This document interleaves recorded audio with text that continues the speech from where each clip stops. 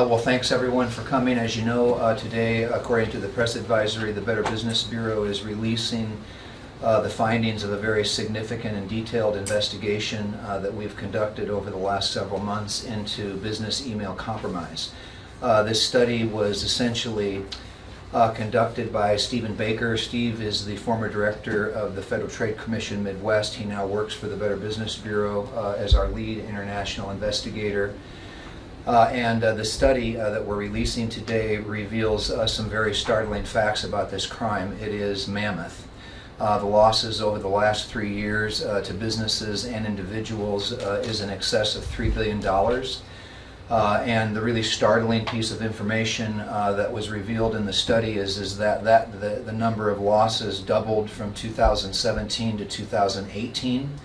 And we're probably looking at maybe the same trend for 2019. The sectors that are being hit most significantly would be obviously the business sector, and we do have a business representative today to talk about that piece of this crime.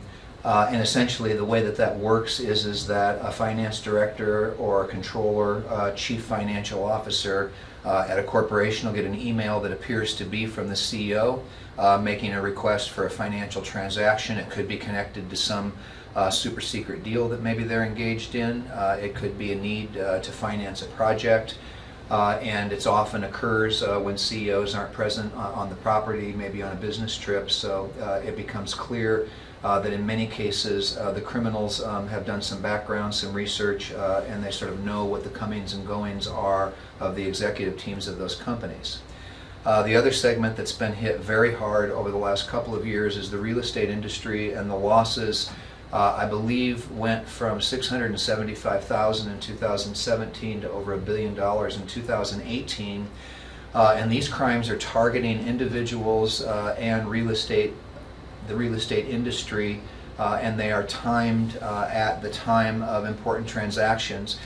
We interviewed a victim in New York a couple of days ago that had saved $11,000 to buy a condominium. She saved that money over a number of years.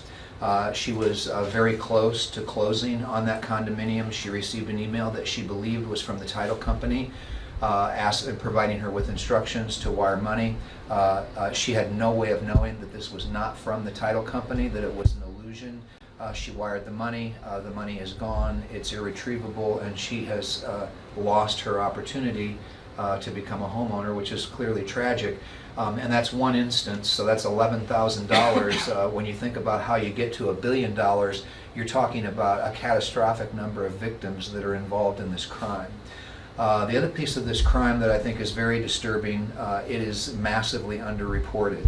There are a lot of businesses that have been impacted by this. They do not want to talk about it.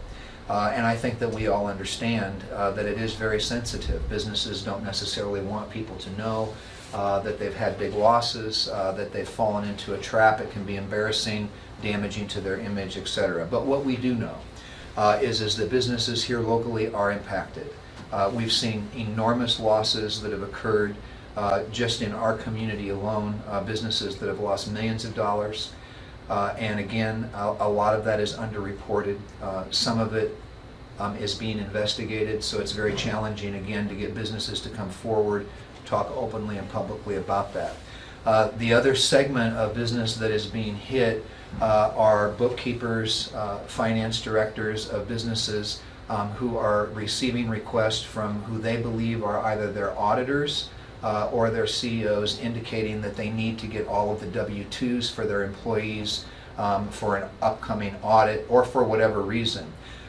We've had cases here in Omaha where I've been contacted by chief executive officers of companies that have been hit by this crime, who have fallen for this crime, and who have sent hundreds of W-2 information to these criminals. Then that's used to perpetrate another crime come income tax time. So they begin filing false reports using that stolen information. So as you can see, it's complex. It's not being run by just one individual. This is typically a crime that's perpetrated by very sophisticated organized crime groups And our panel here today is here to talk a little bit more about the details of that. So with that, I'll turn it over to Eric Rodriguez. He is the president of ACFE. These are certified fraud examiners, and Eric is going to talk to you just about, sort of their piece of this, his perspective on the crime.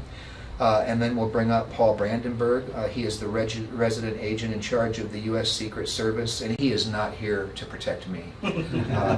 Paul is here to talk about the piece of business that they have in this crime. And then, of course, Mr. Steve Swanstrom is the president of our very own Centris Federal Credit Union, and he's going to talk a little bit about how their business has been involved in this and the way in which they've been targeted. So I'll turn it over to Eric.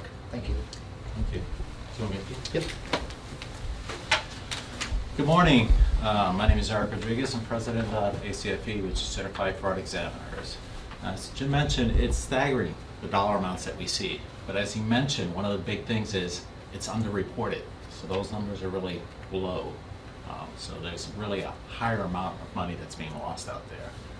Business email compromise affects everyone. It affects businesses, it affects individuals, and it's more than just affecting your email. They use email as one of the source targets to get the information, but they also utilize that to use different tactics to move money around. One of the examples is romance scams. The money that they make from the romance scams are actually funneled through these business email compromise. So I'll give you an example. An example would be I get my email compromised and it's being used by someone else, and they send emails out saying, hey, I have a business opportunity for you. You can work from home. So you go out there and you get a job, you work from home. They send that money there, and then they'll take that money and they'll pass it on through those accounts, your accounts that you're using for the home businesses. Business email compromise is sometimes hard to find or look at. Some of the ways they do it is either they spoof your email, and what spoofing means is they'll make the email look almost exactly like yours. So if your email was jim.smith@yahoo.com, they may have it as jim1.smith@yahoo.com. But they've even become a little bit more sophisticated today. There are actually services that you can find on the websites, if you Google them, where they can actually make your email look exact. There's one called Fake Email. And if you enter the actual email address of the person that you want to use or utilize, it will actually come out on that email as the correct email. The only way you'll be able to tell is to look at the header. So it's kind of scary. You have to be very careful when you get emails coming to you. Some of the ways that you can probably prevent this, or businesses can prevent this, is to put some controls in place. One of the controls that I recommend is, if you know the email is coming from an outside domain, not from your company, you should put a header on each email saying that it's coming from an external source. That way your associates know that this is an external email and not an internal email, and they can help themselves from falling into a victim of email compromise. Other ways that they can get you through that you have to be careful with is they can actually hack your legitimate account. A lot of us say we're really good with our passwords, that we can keep our passwords from being compromised, but they're pretty smart, they're slick. I'll give you an example of how some of them do it. One way is, let's say you have a Gmail account. Well, I'll go in and I'll attempt to get into your Gmail account. If you've done it yourself where you lock yourself out, you can request for a code to be sent to you. So I'll go in there and I'll lock you out, and it'll say, do you want me to send you a code? And before I respond yes, I'll spoof a text to your phone and I'll send it saying, hey, we believe your email's been compromised. Now I'm spoofing it with the name Google and their phone number, so you see it and you think it's legitimate. And in there I'll say, we want to make sure it's you, so we're going to send you a code and please verify that code. Once I send that out to you, then I'll go on Google and I'll click yes, send me that code. That code goes directly to you. You respond to me, you give me your code. I've now signed on and taken over your account. So you want to be very, very careful when you do receive any sort of messages, whether it's from Yahoo, Google, or from your account messaging service saying that they believe your account's been hacked. So what do we do for things like that? How do we verify these type of activities? Well, one of the ways to do it is you want to do some sort of second-hand authentication, or dual authentication. One of the ways you can do that is you can contact the number that you know is a legitimate number and do that verification. Or if you're getting an email from your CEO asking you for money, you want to verify that in person or by calling them directly and making that second authentication. Because without making that verification, you may fall into the hands of business email compromise. Other methods that we've seen with email compromise that they're hitting, Jim mentioned that they're hitting the real estate sector, they're also hitting human resources. As he mentioned, they're looking for W-2s, but they're doing more than that. We've seen examples where they're actually going in and sending requests to the human resource department to change the checking and routing account numbers for where you get your payments made, your payroll checks. Once they get that changed, then the payroll is automatically directed to them. They'll usually only get one payroll because you'll notice that right away when you're not paid, the money's not in your account. But they've been successful in hitting a couple of businesses within the area here. So we want to make sure that we put something in place where if you're a small business, you have an HR, human resource company, and you're getting requests that comes in for changing that sort of information, you want to do a verification. You want to contact that employee. The best way would be not to respond to that original email, but to send an email to the email that you know that's on the system, so you can do that verification and see if it was an actual request from the associate or not. Let's see, email compromise, as I mentioned, is affected through businesses where you can have work from home emails, and you can also get affected from the romance scams. Now on the romance scam side, what they do there is they target individuals who may be in their 40s or 50s. At that time, in that age, your nest is empty. Your kids have grown up, they've gone to college. Hopefully they're living with your wife or your husband, or one of them have passed. At that point in time, most of these people are susceptible, they're lonely. So they want to have that connection, and that's what they feed on. They'll feed on that connection for that individual. And they'll start slowly by just making conversation, and then later on they'll ask for money. Or if they don't ask money and they can't get money, they'll ask to give you money. They'll say that they're having trouble getting money out of the country and they want to send it to you. What they're doing there is at that point in time is they're using you as a mule. So you grab that money, send it to another account, and then you as the victim, you're sending it to a separate account and you're cleaning that money for them.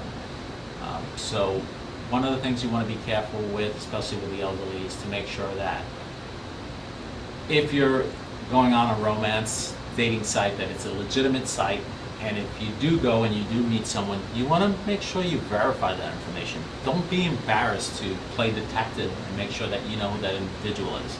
Because remember, in the old days, we used to meet our friends or our dating partners through our friends. Today, you're on the internet. You don't see that individual. You don't talk to them face to face. All you do is get an email or a picture sent to you. So what are some of the things that you can do to protect yourself? Well, make sure you verify that information. See who they are. You can Google them on, see if they have a LinkedIn account, some other sort of account. Look at the picture that they sent you. Many times, those pictures are glossy and professional. Most of us, if we have an account and we're sending someone a picture, they're just a regular picture of ourselves.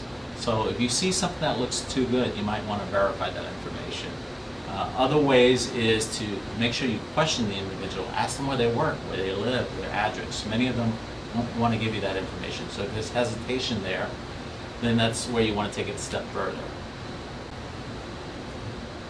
And from there, I'll pass it on if there's any other questions. Paul?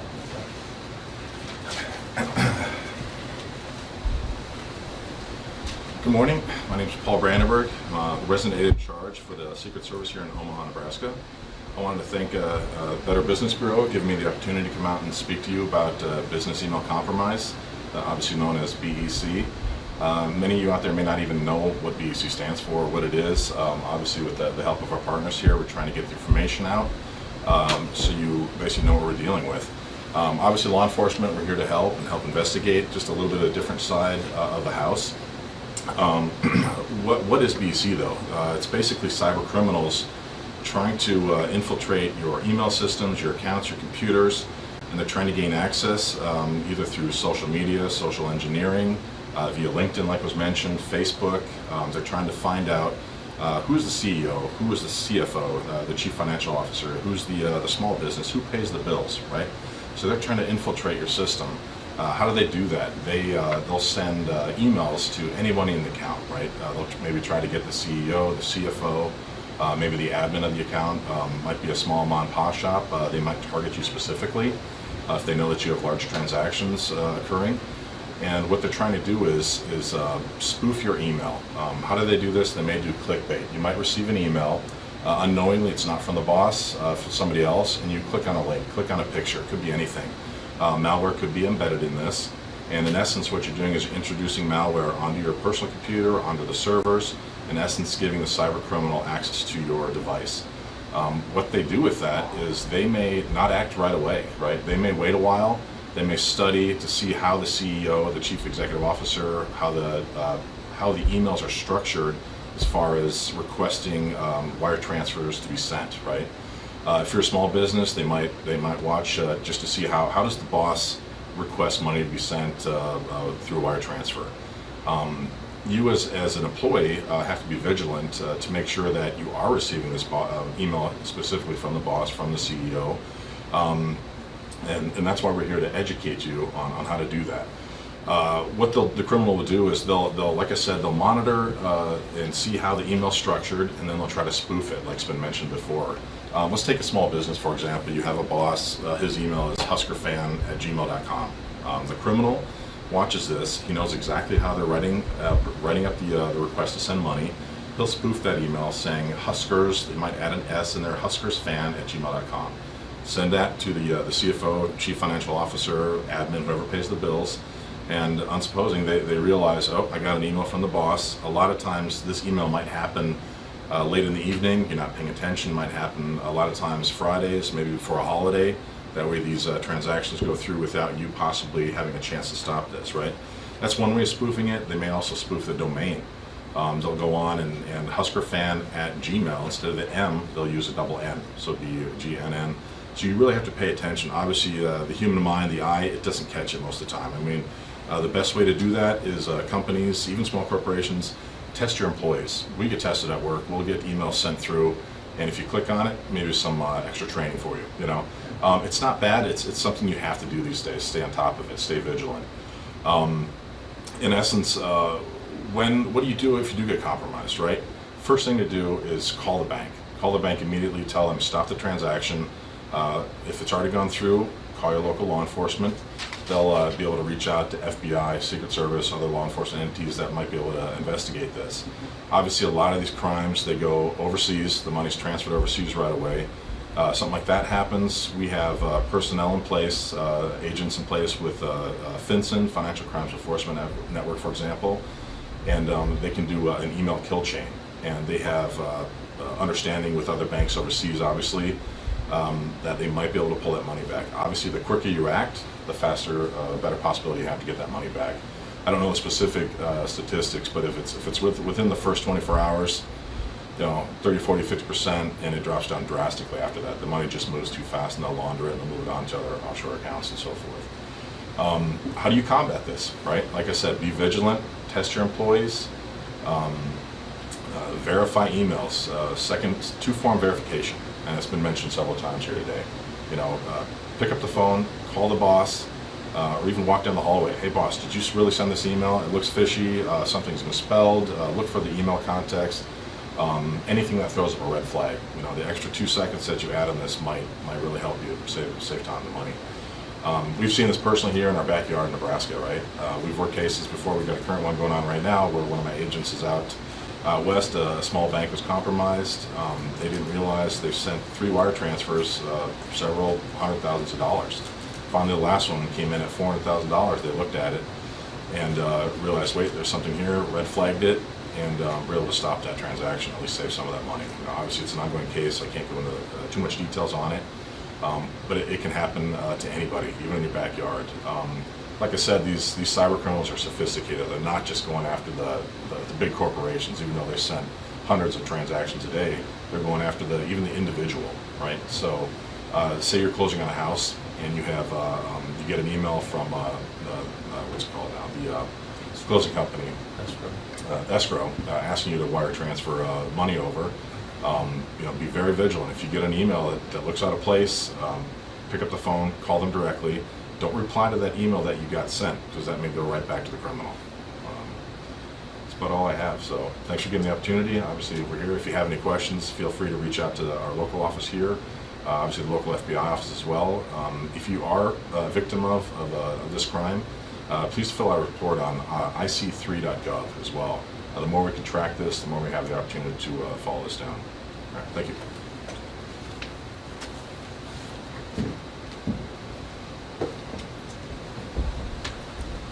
All right, good morning. My name's Steve Swanstrom. I'm the president and CEO of Centris Federal Credit Union here in Omaha, and I'm here representing the local market to talk firsthand about some of the items that you heard both Eric and Paul discuss. First of all, I'd like to thank Jim Hegarty and the Better Business Bureau for inviting me here today. This is a huge problem. It's ongoing. The criminals continue to get more sophisticated. As Paul said, I'm going to give some examples of instances that occurred earlier this year, but as he mentioned, they have new tools and techniques that they're using all the time to try to make it look more legitimate in their requests for either the wiring of funds or email contact, things of that nature. I can validate firsthand as a president and CEO that my CFO, my controller, and even our accounting manager have all received bogus email requests looking like they're from me, asking to wire funds, and it's usually been when I've been out of town. So as Eric mentioned, how they track our whereabouts, how they track the way that we do things is very, very scary, and that's why you need to be very suspicious about any types of activities, especially when you're dealing with larger dollar amounts. But that has occurred in our organization, and fortunately our people are skeptical, they are suspicious, and they've contacted me when those emails have come or when those requests have come, contacted me directly and made sure that either it is legitimate or it's not legitimate, and in every instance it's been a bogus request. But it's not limited to that level, CFO controller. What I want to share with you today are two examples that are more at our mid-level manager area of the organization, because they aren't just limiting it to the top. They're going after deeper levels of the organization. And the first one that I have for you is a long-term employee where the request comes, it appears it's from myself, and it says, "Hello employee, I need you to perform a task for me. Let me know if you are available. Best regards, Steve." Now, the assumption here is that they're going to fire off a response very quickly by email again, but this particular employee has been around. They know our protocols, and they were savvy enough to identify that the mail too was from an illegitimate or a bogus AOL.com email address. So clearly not an internal email, clearly not from myself, even though it has my name on it. She did contact me directly. This was another instance where I was out of town and was able to confirm that no, I didn't really need anything and that this was a bogus email. The next one, however, was from or involved a newer manager or employee that had only been with our credit union for a couple of months. And she received an email that appeared to be from our board chairman. So now we're moving up the food chain a little bit here, trying to prey on a newer employee that, oh my gosh, the board chair is asking for a request, I better get on top of it. So this particular one had our board chair's name. It was, "Hi employee, let me know when you're available. There is something I need you to do. I'm going into a meeting now, so just reply my email." So clearly there's some not proper English going on here, and then it said regards in our board chair's name. She was away from the office, checked this on her mobile device email, so was looking at it rather quickly. That was another thing that both Eric and Paul alluded to, was when you're in a hurry and you've got a little bit of pressure, especially in this case a newer employee, you're getting this email request from a board chairman. It's panic time. You're trying to hurry. You're trying to meet their request. And so she responded, not knowing that had she looked a little closer, this was again a bogus gmail.com email account. So then she received a follow-up email that said, can you get this done ASAP? I need some couple of gift cards. So again, improper English.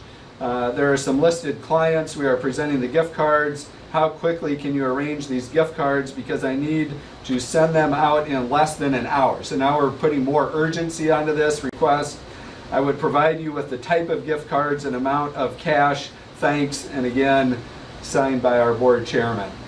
At this point, she fortunately was savvy enough to know, hey, something's not right here. Obviously improper English, obviously this urgent request. Forwarded this particular email out to a number of us in the credit union, myself and others, saying, hey, so-and-so is asking for this. Is this legit? Is this something we typically do? Again, preying on a newer employee that might know our practices, our protocols, our procedures. But fortunately, she did reach out and we were able to inform her, educate her that, yeah, this is definitely not normal practice or protocol, and we did not get taken by this. However, I can also confirm or validate that we have had members that have been taken advantage of through the romance scams, where they've had us wire money to overseas accounts. We've tried to consult with them and enlighten them or educate them on the fact that this may be a scam.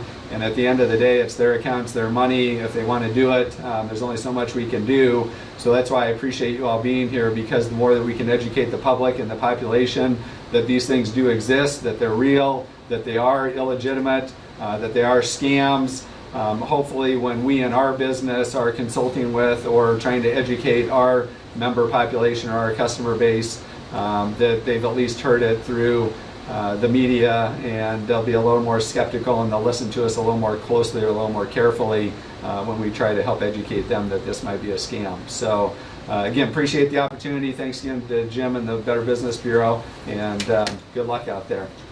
Thanks, Steve. Thanks, Jim. All right, and all three of our panelists will be here available for interviews with you afterwards, if you so desire.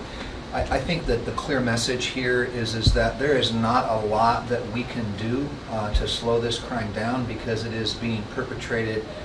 I mean, not exclusively, but an enormous amount of this comes out of Nigeria. We do not have a very cooperative relationship with law enforcement there, so it's very challenging. There have been, there's a little bit of optimism over the last few months. You'll see in the detailed report, there have been some significant raids and arrests. I think in the neighborhood of 100 individuals have been incarcerated. A few $1 million have been recovered, but in the scope of the size of this crime, what we're able to recover is almost non-existent in relationship to the overall losses. I think very importantly it is, and we would love the consuming public to understand that even though you may be at the tail end of a real estate transaction, and even though the email may be legitimate and the request for funds may be legitimate, and you have no reason to believe that it is not, we still believe that you should get ears and eyeballs on whoever it is that sent that. Unfortunately, we now live in a time and a day when you cannot trust even the most legitimate email. If it involves a financial transaction, it just doesn't cost you anything to take a breath and to take a moment and to contact your title company, your escrow company, your bank, your mortgage company, or if it's a situation where it's in the office, try to find whoever it is that you believe sent that email and get confirmation that it actually occurred. This is an explosive crime, as we've detailed, and we do believe that businesses need to get actively engaged in testing their employees and getting them ramped up for this kind of thing. The Better Business Bureau incorporated testing last year, and just this week, employees of our organization received emails that appeared to come from the Better Business Bureau in cooperation with a very well-known polling company, asking them for some information regarding what their perspectives were on the upcoming election. We have no opinion on the upcoming election, by the way, but we had an employee out of Sioux Falls that received the email. She sent it to me. She said this seems a little bit unusual. Thankfully, I also thought it was a little unusual, so we both passed the tests. I'll get the results later this week for how all of our employees did on that test. And we're comfortable with employees failing and giving them an opportunity to understand that this is an opportunity for them to learn, to be more cautious, to be more careful, and we think every company should incorporate these kinds of practices. So we appreciate deeply your willingness to partner with us and get the information out about this crime. Prevention is absolutely the key, as it is with so many of these crimes that are perpetrated from offshore and that clearly have the American consumer, American businesses in their bullseye.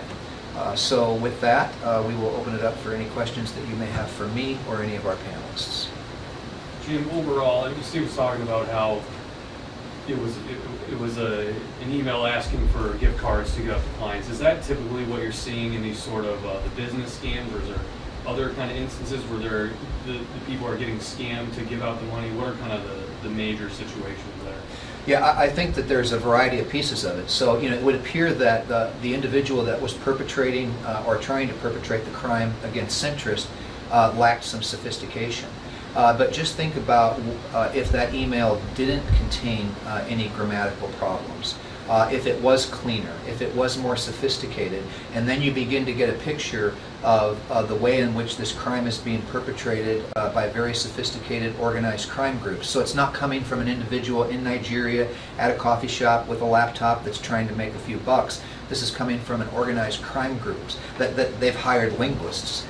They've managed all of those issues with the red flags that we've warned people about in terms of grammatical errors. They don't exist. The graphics are perfect. Everything is perfect. And the request may not be for gift cards. The request may be for a few $100,000 for a private transaction that I'm in Indiana working on. We've seen local companies. Certified, for example, has been here before, where they've talked about the fact that their controller has been targeted with emails that appeared to come from their CEO, requesting financial transactions, not gift card transactions. So I think it's across the board. This is it's really just a massive phishing expedition, and I think that there are all levels of different kinds of sophistication that you'll see. But what we know is the crime's growing. The levels of sophistication are increasing dramatically, and the nuances are becoming more difficult for employees and individuals to detect.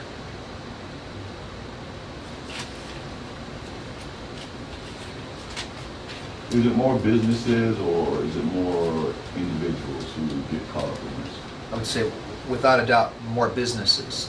The trend that we do see, though, that is disturbing are these real estate transactions that are pulling in the buyer and involving them in the transaction. A lot of the losses in the real estate sector involve transactions that appear to be occurring between mortgage companies, banks, escrow companies, but they are now pulling consumers in at the very tail end. And it's obvious that there has been a lot of reconnaissance done. The fact that they know a deal is getting ready to close, the fact that they know who all the players are and they know who to target would be an indicator that they are in those systems. And Paul and I talked about this a little bit earlier today. Once they infiltrate your system, so let's just say, for example, that the email that our employees received earlier this week that appeared to be authorized by me in partnership with a polling company seeking information from our employees. Let's say that one of our employees clicks on that and it actually is a phishing email from a crime circle. That allows them access then to our system. They get into our system. They sit there low and slow. They monitor our activity. They're watching correspondence between our key executives. They may know that I'm on a business trip. They may know that that is then the opportunity to send an email to our finance director that appears to be from me making a request. It might be a small amount of money, that I need some money sent to a bureau executive in some other community for a partnership that we have.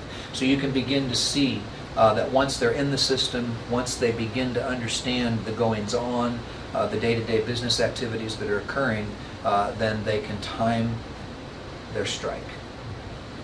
How are they able to do this with a lot of companies at once? It seems like it would take a lot of time for them to finally strike. Well, just imagine that you have an extremely well-funded corporation, and that's all they're dedicated to. They've hired IT professionals that are trained up to do this kind of work. They may not even know that they're working for a criminal organization for all we know. They may believe that they're working for a cybersecurity company. So it's very challenging for us to understand all of the inner workings. I think that the study digs in a little bit deeper than most of what you've ever seen about this crime, so that we can help people understand that this is extremely sophisticated. We are up against a very viable opponent here, and we are trying to put up our best defense. It doesn't seem like there's much we can do about it. What we can do is we can be more careful, we can be more cautious.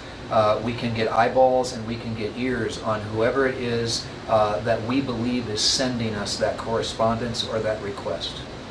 So people who don't typically deal with wire transfers or money, they're mainly targeted to kind of just for clickbait emails, essentially? As you saw in Steve's illustration, that's an individual at the organization that probably is maybe not going to handle that kind of responsibility. They're a new employee, they're maybe mid-level management, but they are receiving an email they believe is from Steve or they believe is from the board chair. And it could be that that is, maybe the whole goal of that email is not to acquire any funds at that time. It's simply to get the individual to click on an attachment. So there's an attachment that's connected to this that will help you learn a little bit more about what it is that I need. We've seen many cases where an individual, like let's say at your station, your email is compromised or your Facebook is compromised, and then they begin sending out messages that appear to be coming from you, asking them to click on this really unbelievable video. And the video could be connected to something that's going on at the time. We know that when the catastrophic hurricane hit the Bahamas, there were clickbaits set up with what appeared to be footage of that hurricane live, and people were clicking on that. It's just clickbait.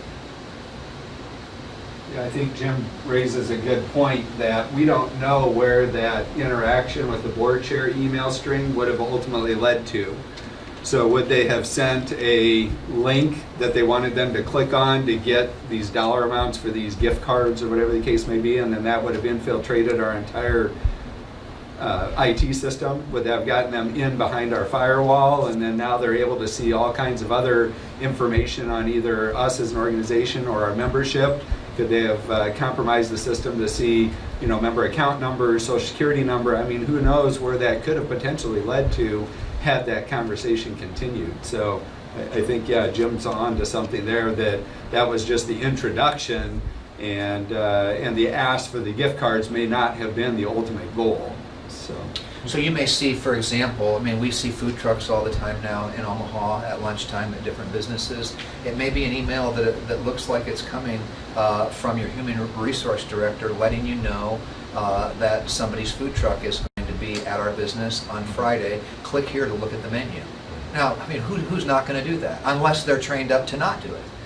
To just not click on any attachments until you know that came from the source that you believe that it was coming from. So in this case, I realize it's a little bit painful, it's a little bit time consuming, but you would reach out to your HR director and you would say, did you send the email related to the food truck that's coming on Friday? If they say they did, it's legit. Guess what? You get to look at the menu and you get to enjoy some awesome food. Some of the other things to follow up on your question with that they're not sending the actual wire transfer, why would they bother with you? It's part of reconnaissance. Humans are easier to hack through social engineering. So if I can send that email to someone who's an admin or someone who just works in that area, I've gotten into your system. I've gotten into your email. Now, when you communicate with everyone else in the office, I'm going to find out who everyone is in that office, who has the power to do what, and I can just sit back for several months and monitor that. And then all of a sudden, now that I have who's who, I can start that attack because I've gotten that reconnaissance. I'd like to follow up on your question as well. How do you stop that, right? That's a very good question, and it's hard. It gets harder every day because these criminals, these cyber criminals, are so sophisticated and they do their homework. I mean, the average compromise from a typical BEC account takeover is about $130,000, right? You go rob a bank, the average is about $3,000. So you think about the differences, the money they can put towards their research, their funding, their computer systems, everything they use to try to get into the general public. It's staggering, So the best way, like you said, is having scenarios like this where we can sit down, talk to the public, talk to businesses, and just educate them. What would you say to those small to medium-sized businesses that think that these cyber criminals aren't going to target them because they're too small? You're never too small. No, never too small. I mean, a lot of times they're an easy victim, right? The criminals are going to go where the easy money is. For them right now, I mean, they could be sitting overseas. They're not going to get caught. They think they will at times. But like I said, the small businesses, you're just as vulnerable as these larger businesses. Especially, you don't have the finances to recoup a lot of times. So you have to be vigilant. You have to have secondary sources to back it up. Make that extra phone call, take that extra step, test your employees. Go with that. Yeah, as Paul said, one of the things that's important is training the individuals that work for you to know what to look for. And it can happen to anyone. I failed to mention when I was sitting up there, it almost happened to me. As president of ACFE, they got into our email system and they knew what I was doing, where I was going. I went to a conference. Usually in this conference, we give a donation. And they knew I had left. And they sent an email, or actually it was a text, to our treasurer saying, hey, I just got to the conference, I forgot the checkbook, I have to do the donation, and they knew who the donation was for, and they asked to have the money wired.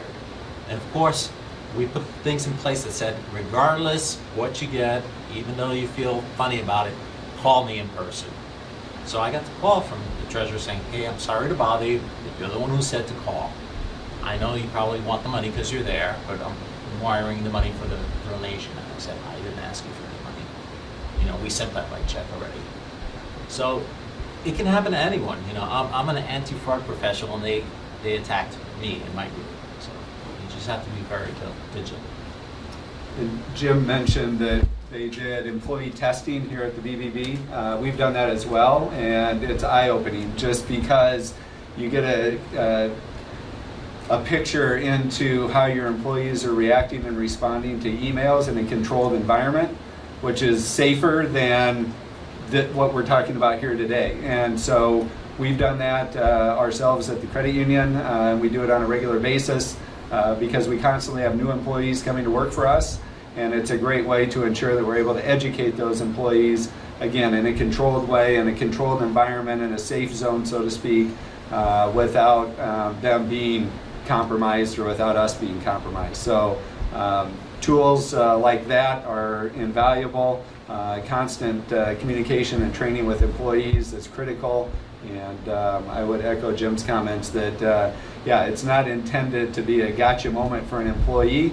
It's more to identify someone that might be new and not familiar with our processes or procedures, and then be able to educate them on ways to look for this type of fraud.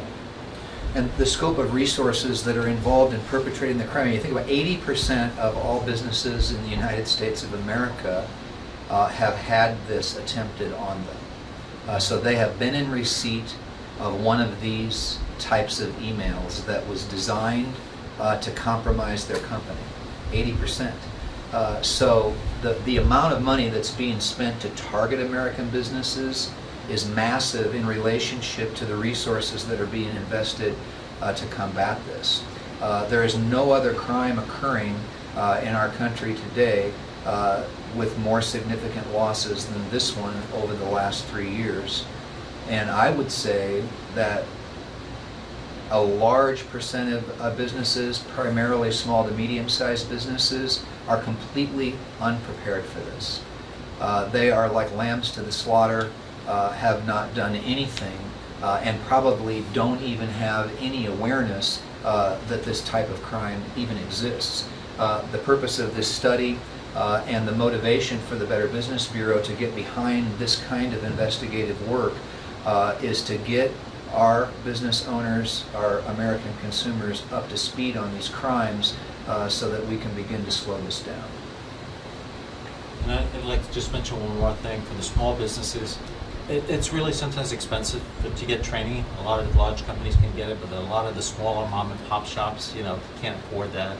Part of what ACFE does is we want to do training for those small companies that can't afford that. So they can always come to the ACFE Heartland Chapter website if they want to request training for their small groups, and we'll be happy to provide them with that. Anything else? And we appreciate your time. Thank you.